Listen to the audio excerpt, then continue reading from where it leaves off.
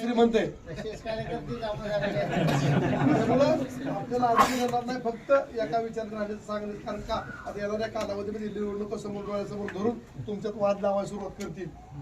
बऱ्याच गोष्टी असतात. त्या आमदाराचं मी कुठेही चालू देणार नाही.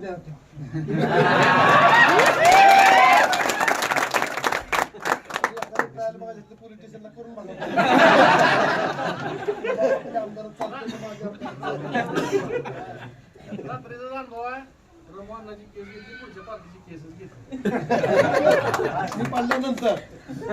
म्हणजे लक्षात घ्या. त्यामुळे तसलं काय अडचण घेऊ नका. फक्त पुन्हा एकदा मी विनंती करतो, मी 5 वर्ष तुमच्या बरोबर राहील.